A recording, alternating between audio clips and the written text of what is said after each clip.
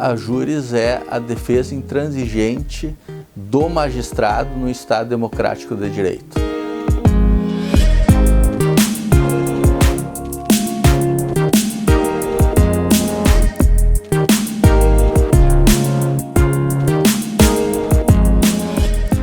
Pensar a júris significa, em primeiro lugar, pensar a magistratura, o que significa um judiciário independente, autônomo e efetivador de direito no Estado democrático de direito. E aí, pensando no papel da magistratura, que deve ser, segundo essa configuração constitucional, um papel de acesso à justiça, de efetividade de direitos, de alguma forma assegurar a consolidação da redução da desigualdade, a júris tem o papel de fazer a defesa do Poder Judiciário, especialmente da sua autonomia, de defender a pessoa do juiz. Dentro disso, então, você coloca um papel de interlocução.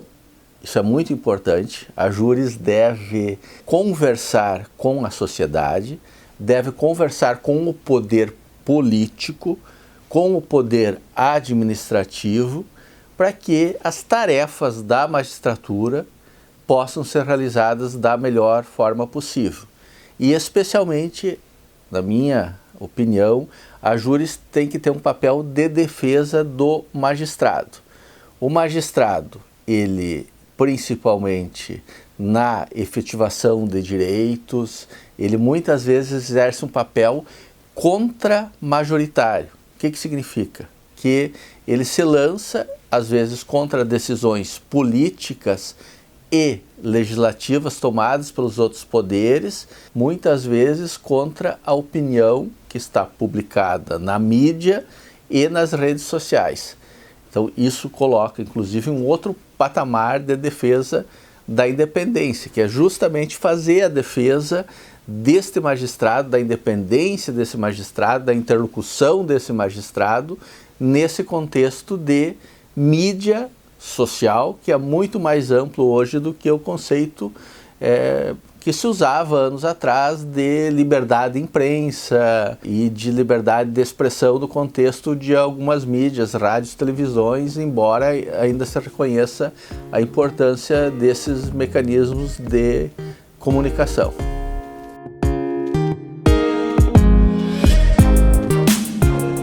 Acho que todos os presidentes, eles abrem mão de uma parcela significativa da sua vida, do seu tempo, para pensar as questões da magistratura, para se envolver desde questões políticas até questões administrativas, do dia a dia da associação. Nesse período todo foi muita dedicação pessoal e a família acaba participando muitas vezes dessa parcela, desse sacrifício, mas por outro lado a família também acaba participando da própria associação.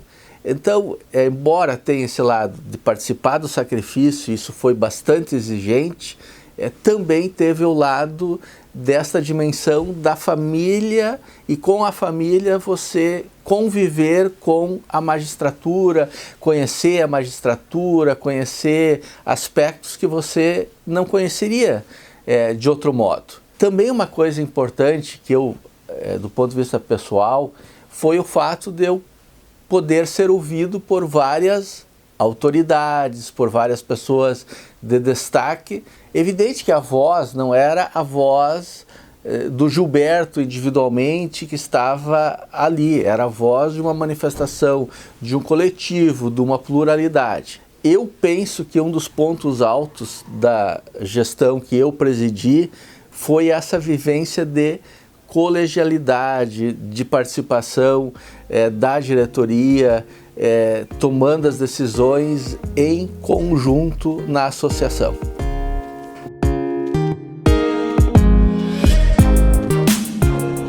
Essa questão do duodécimo foi fundamental para que o judiciário tivesse autonomia financeira, para pudesse prestar um excelente serviço à sociedade e também que as reivindicações, as dívidas que o Poder Judiciário tinha com os próprios servidores e juízes pudesse ser satisfeita.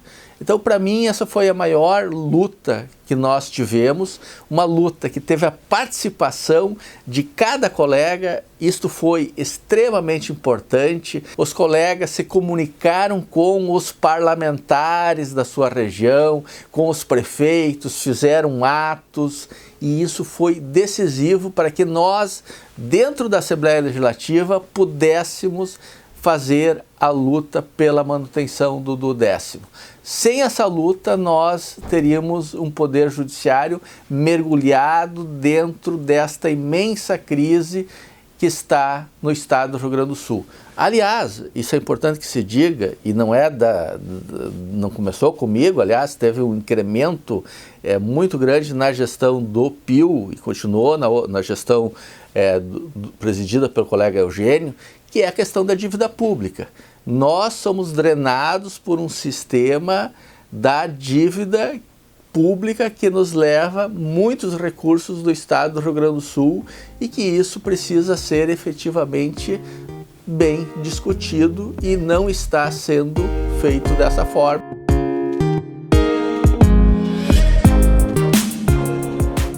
Em primeiro lugar, preciso dizer que nós vivemos uma conjuntura nacional e temos uma associação nacional que na primeira metade da minha gestão, que eu presidi, estava lá o nosso colega João Ricardo, e ele tinha uma mentalidade de muita mobilização.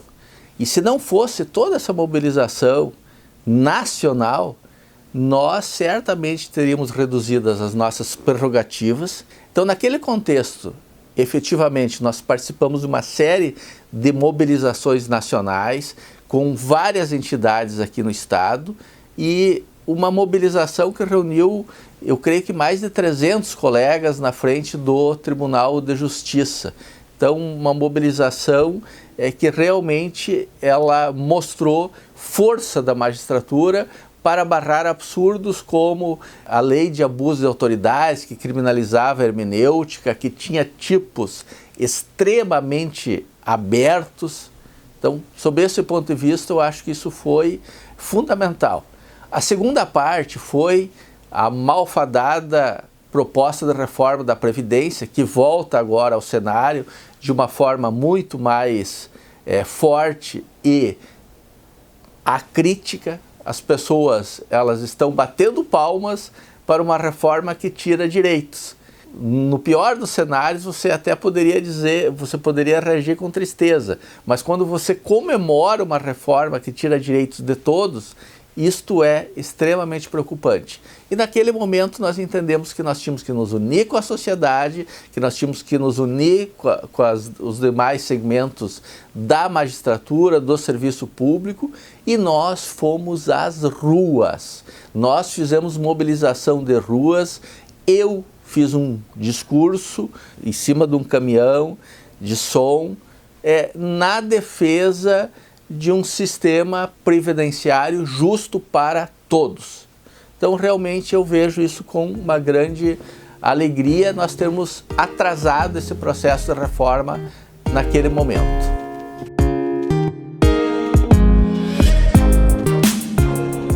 Nós, nessa reforma da Previdência Estadual, garantimos a autonomia do Poder Judiciário dentro do processo de aposentação. E isso foi extremamente importante. A Júris conta com uma das melhores assessorias previdenciárias. E foi graças a esse trabalho que nós evitamos que a autonomia do judiciário fosse solapada na questão previdenciária, que se garantisse o pagamento dos nossos servidores e dos nossos magistrados pelo Poder Judiciário e, ao mesmo tempo, que tivesse espaços colegiados, tanto no IP Saúde como no IP Previdência, IP Prev, para que as questões previdenciárias em nível estadual pudessem ser bem dimensionadas. É preciso dizer que, ao contrário do que se afirma, o Rio Grande do Sul já fez a reforma previdenciária. E fazer outra reforma previdenciária aqui, como o governador está pregando, é demagogia. É querer cobrar dos atuais servidores e juízes uma conta da sua própria inoperância política, uma conta da construção de um fundo que nunca foi construído pelo Poder Executivo.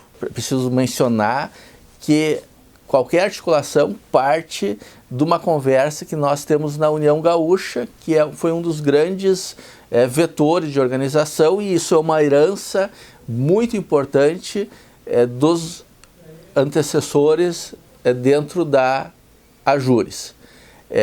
Então essa conversa se deu, primeiro, na globalidade dos servidores, porque há muitos interesses conjugados, e segundo foi conversar, primeiro, com a estrutura Tribunal de Justiça e segundo, com o governo e a Assembleia Legislativa. Nós sempre estivemos presentes na Assembleia Legislativa. Nós tivemos e sempre tivemos um acesso amplo e facilitado com os deputados estaduais, também com os federais, e isso é extremamente importante para as pautas associativas. Mas mais do que isso, nós aprendemos que não basta nós apresentarmos as nossas pautas, nós também temos que participar em pautas importantes da Assembleia Legislativa. E isso que os colegas têm que ter a compreensão.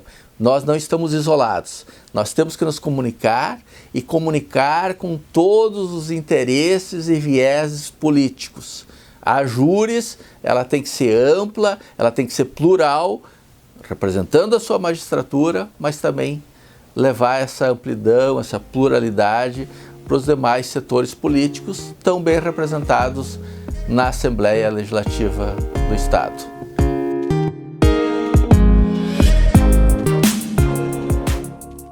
A ideia da justiça eleitoral como algo de excelência do Estado democrático de direito, uma tradição brasileira extremamente importante, exercida precipuamente por juízes estaduais ou apenas por juízes estaduais, juízes de direito no primeiro grau de jurisdição. Então, como algo que nós, juízes estaduais, realizamos e participamos muito bem do processo, e que qualquer diminuição da justiça eleitoral representa uma diminuição do acesso aos direitos políticos da cidadania. Com base nessas diretrizes, nós enfrentamos também uma busca de supressão de zonas eleitorais.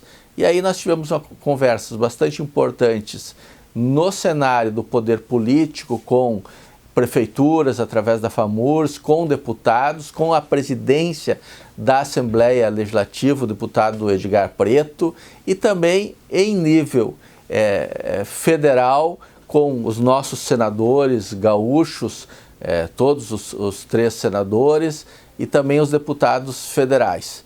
E o apoio do Tribunal de Justiça nesta luta para que, de fato, fosse minimizada a supressão.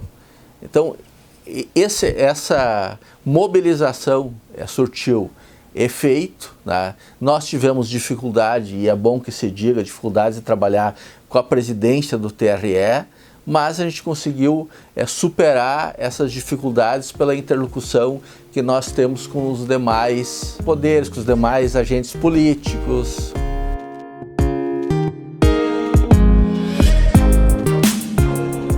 Na questão prisional, é importante lembrar que tem sido uma preocupação de várias gestões. O sistema prisional gaúcho e brasileiro está superlotado e é preciso, então, pensar uma solução.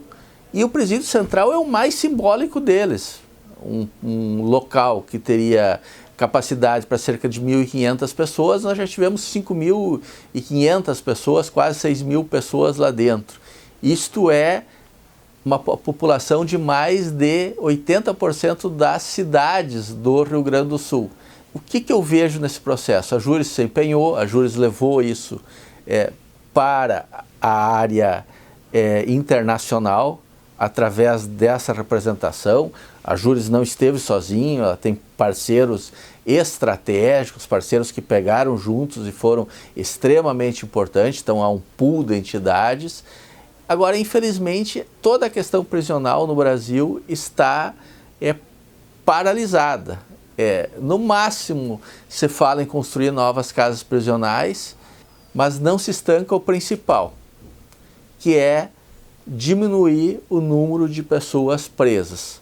Durante a gestão do PIL, foi realizado um seminário com título extremamente provocador: quantos presos queremos ter? Eu acho que essa questão ela tem que ser colocada de novo em pauta. Quantos presos nós queremos ter? Nós tivemos a preocupação de mostrar que nesse cenário nós temos muitos presos convivendo em situações subhumanas. O que fazer? Qual a parcela do orçamento que nós vamos alocar? Continuaremos prendendo tantas pessoas e aí nós teremos que construir mais e mais prisões? Ou nós vamos diminuir o número de pessoas presas, principalmente pensando numa diminuição de danos na questão do tráfico de drogas? Isto aqui é um pensamento meu, mas eu acho que é um debate que a associação deve fazer. O debate é tarefa da associação, é a tarefa da escola.